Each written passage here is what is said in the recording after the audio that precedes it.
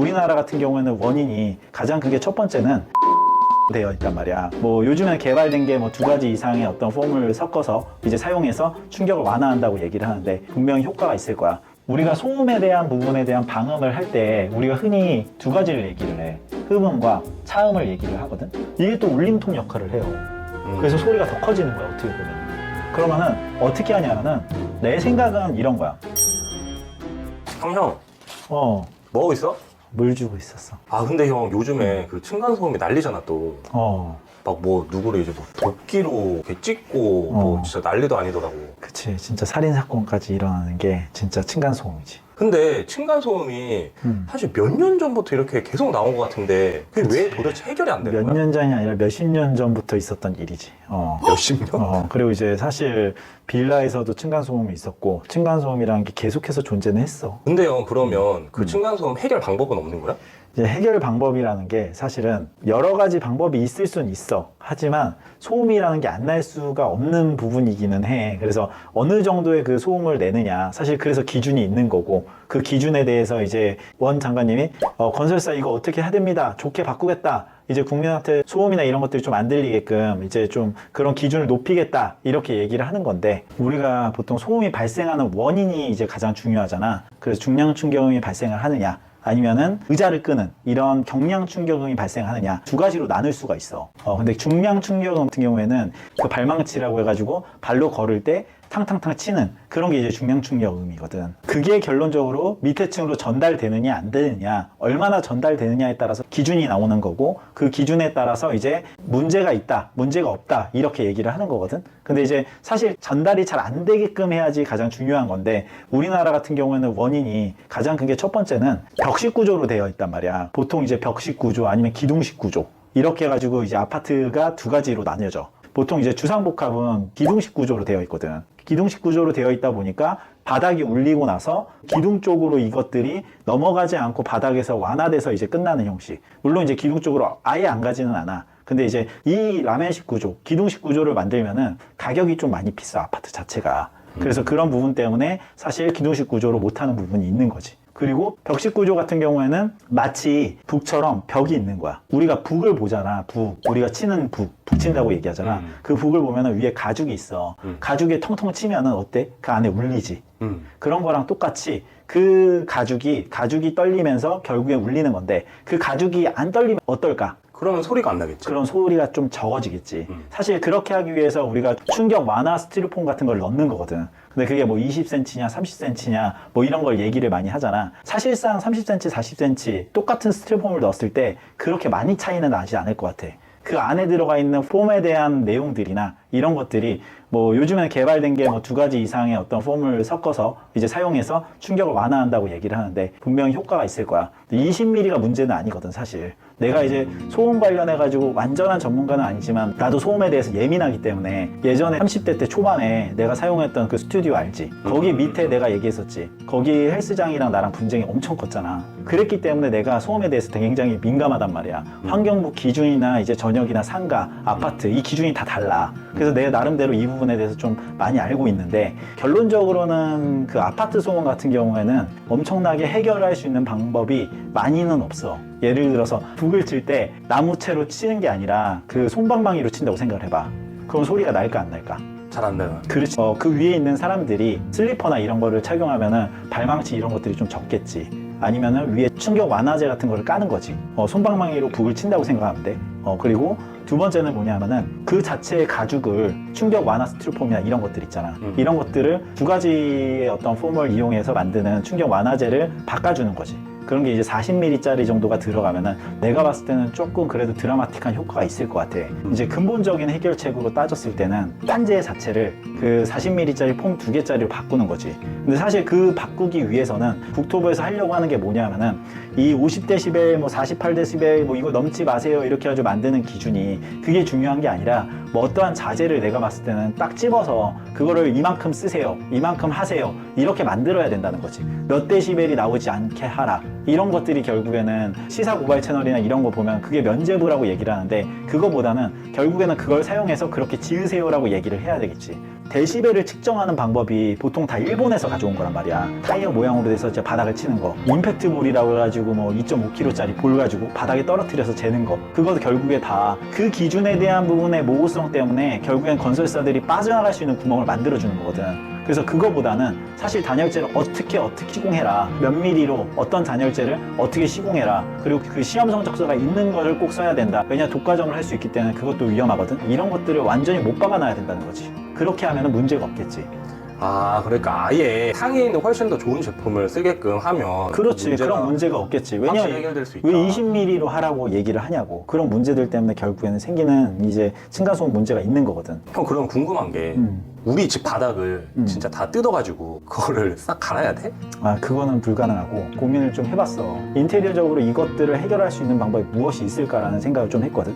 근데 우리가 보면은 뭐 공기로 진동을 해서 소리가 나가는 거, 그리고 물로 진동해서 액체로 인해서 소음이 나가는 거, 그리고 고체로 돼 있어서 고체로 소음이 나가는 거, 이런 전달이 어떤 게 더 잘 되냐 봤을 때 결국에는 고체로 된 게 전달이 더 잘 되거든. 그래서 고체와 고체가 만나서 그것들이 흡음 효과를 내면 어떨까, 이런 고민을 좀 했거든. 그래서 설명을 한번 해보면은, 이런 사각형의 공간이 있잖아. 그럼 결국에는 이 천장 위에서 뭐 낙하해서 충격이 생긴다. 그러면 여기 부분에서 소음이 발생을 하겠지. 근데 결국에는 벽식 구조는 벽으로 이런 식으로 소음이 내려온단 말이야. 그리고 여기 자체에서도 울리겠지. 그렇게 해서 생기는 소음 때문에 이 전체가 다 퍼지게 되는 거거든. 근데 거기에다가 여기에 슬라브가 보통 있으면은 이 바닥에다가 석고로 된조를 만들어 놔서 석고로 치고 그다음 여기다 도배를 한단 말이야, 우리가. 이런 형식으로 되거든. 그럼 여기가 공기 있는 공간이잖아. 이게 또 울림통 역할을 해요. 그래서 소리가 더 커지는 거야, 어떻게 보면은. 그러면은 어떻게 하냐면은, 내 생각은 이런 거야. 이렇게 있으면은 여기 자체에서 한번 우리가 소음에 대한 부분에 대한 방음을 할 때 우리가 흔히 두 가지를 얘기를 해. 흡음과 차음을 얘기를 하거든. 흡음은 뭐냐면 그 파동을 흡수를 하는 거야. 그럼 차음은 뭐냐면은 한번 막아버리는 거야.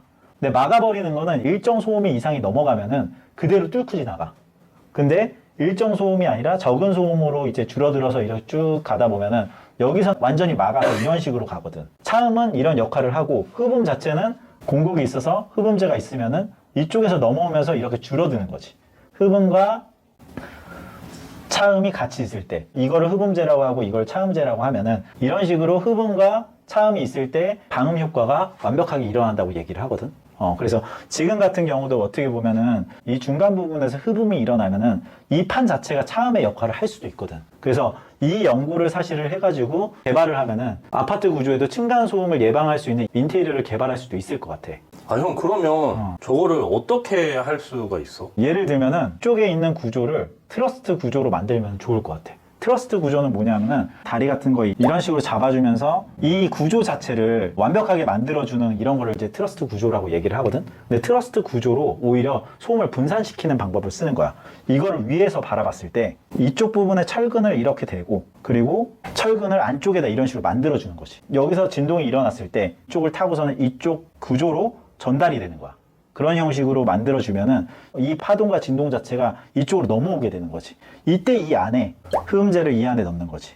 그렇게 되면은 이게 진동이 들어오면서 흡음이 같이 되는 효과를 내는 거야. 그래서 벽에 울리는 그런 진동도 이쪽에 있는 금속재를 타고 와서 이런 형식으로 넘어오게 되는 거지. 흡음판 자체를 만든다고 하면은 어느 정도 효과가 있지 않을까라는 생각을 해.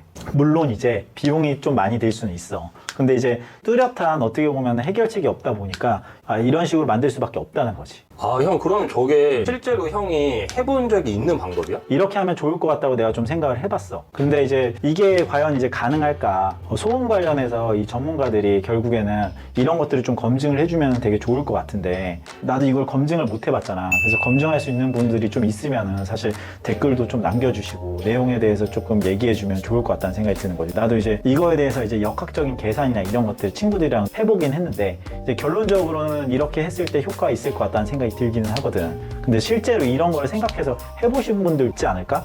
아, 그러면 뭐 대학원에서 연구하고 계신 분들이나 아니면 이제 연구소에 계신 분들이 댓글 좀 많이 달아주시고 저게 이제 진짜 가능한 방법인지 한번 얘기해 주시면 좋을 것 같고, 특히 이제 너희 동생도 이런 거 하잖아. 이런 걸 좀 연구 좀 한번 같이 했으면 좋겠다. 아, 저거 되게 좋은 방법이 될 수도 있을 것 같은데 나도 한번 물어봐야겠다. 그래. 마지막으로 얘기하고 싶은 건 뭐냐면은, 이번에 국토부에서 층간소음 관련해서 법안 개정을 하실 거잖아. 그러면은 나는 솔직히 이거 관련해 가지고 좀 더 신중하게, 그냥 이제 어떻게 보면은 뭐 어떻게 떨어뜨려서 몇 데시벨이 되면 됩니다 이런 식이 아니라 정확하게 내용들에 대해서 이제 파악을 하고서는 너무 건설사와의 조율을 통해 가지고 뭔가를 하지 말고 2, 3년 정도 계류 기간을 좀 주고, 그 다음에 완벽하게 실효를 할 수 있게끔 그런 형식으로 이제 진행이 됐으면 좋겠다는 생각이 들었어. 왜냐하면은 이전에 있었던 일들을, 내용들을 좀 많이 봤는데, 결국에 이야기하는 것들이 건설 업체들과 국토부와 같이 어느 정도의 이제 조율을 통해서 이루어졌거든. 그렇게 하지 말고 딱 앞으로 어떻게 바꾸자 이렇게 해서 얘기해서 계류와 실효를 만들었으면 좋겠다는 거지. 아, 형, 나도 진짜 개인적으로 이 층간소음 때문에 진짜 좀 머리 아픈 일이 있었거든? 아니, 우리 부모님 집 아래에 되게 예민하신 분이 사셔. 그 이제 부모님 집이 너무 좀 낡아서 그럴 수도 있는데 걸어 다녔는데 너무 시끄럽다고 올라오신 거야. 그래서 살살 걸어 다녀달래. 근데 우리 집인데 기어다닐 수는 없잖아. 그치. 아, 근데 그렇게 말씀하시니까 아니 뭐 그분 사정도 이해는 돼. 우리도 이제 그 위에 집에 애가 3명이어가지고 막 새벽 1시까지 놀고 그랬거든. 그러니까 결국에는 내가 느끼는 거 뭐냐면, 가장 중요한 거는 이제 배려와 이해야. 위층에서는 배려를 하고 아래층에서 이해를 하는 거. 근데 이제 말은 쉽지 이제 사실 되기가 좀 쉽진 않거든. 근데 아무리 이런 흡음판과 이런 작업들을 한다고 한들 결국에는 소음이 안 들리진 않아. 어느 정도 들리거든. 근데 민감한 사람들은 그것들을 이해할 수 있냐 없냐 이런 문제들이 있지만은, 결국에는 위층에선 배려하고 밑에 층에서 이해를 한다고 하면은 진짜 이상적이긴 하지. 이 마음이 굉장히 가장 중요하다는 생각이 난 들기는 해. 형, 근데 살살 걸어 다녀 달라고 해도 그게 이해가 쉽게 될까? 그 부분에서 여튼 간에 그것들을 기분 나빠하지 않고 이제 받아들이는 거지. 이제 어떻게 보면은, 아, 내가 이 사람들에 대해서 좀 더 배려를 해야 되겠구나. 근데 배려를 했는데 계속 올라와. 그러면 이제 나도 스트레스지. 그러다 보니까 이제 문제가 생긴 건데, 밑에 층에서 어느 정도 그러면은, 아, 이런 노력을 하고 있구나, 이런 이해를 하는 거지. 그래서 요즘에 뉴스에 나왔던 게 뭐냐면은, 벽에다가 게시판을 만들어 놓은 거야. 그래서 내가 어떤 노력을 하고 있는지, 이 아파트 동에서 내가 층간소음에 대해서, 아, 우리는 매트를 깔았어요, 아, 우리는 가구 밑에다가 카페트를 깔았어요, 뭐 이런 것들을 하거든. 그래서 그런 것들을 통해 가지고 서로가, 아, 내 몇 동 몇 호에서 우리 집 위해서 이런 노력을 하고 있구나. 그러면은 그나마 그래도 이해할 수 있는 그런 느낌들이 좀 있잖아. 그런 것처럼 배려와 이해, 이 사이에 어느 정도는 있어야 된다는 거지. 사실 그게 없으면은 결국에는 작은 소음은 무조건 날 수밖에 없기 때문에 그게 싸움으로 이어지는 거거든. 아, 그러니까 결국 우리나라는 이게 그 좁디 좁은 땅에 다 이제 아파트에 대부분 사시니까 본질적으로 어쩔 수 없는 부분이 있고. 그렇지. 우리는 왜냐하면 공동주택에 살고 있기 때문에, 안 그러면 이제 개인주택으로 사실 가야지. 이제 공동주택에 간다는 거 이 자체가 공동으로 산다는 거잖아. 공동으로 살기 때문에 서로 이해하고 서로 생각하고 이렇게 해서 살아야 되는 곳이 공동주택이란 말이야. 그래서 그런 부분들을 조금 우리가 생각하면 좋지 않을까. 아, 형 이야기를 듣고 보니까 나도 이제 좀 더 배려를 하고 그렇게 이제 살아야겠다. 오늘도 형 좋은 정보 고마워. 땡큐. 아직도 구독, 좋아요를 안 누르셨나요? 부탁드리겠습니다. 안녕.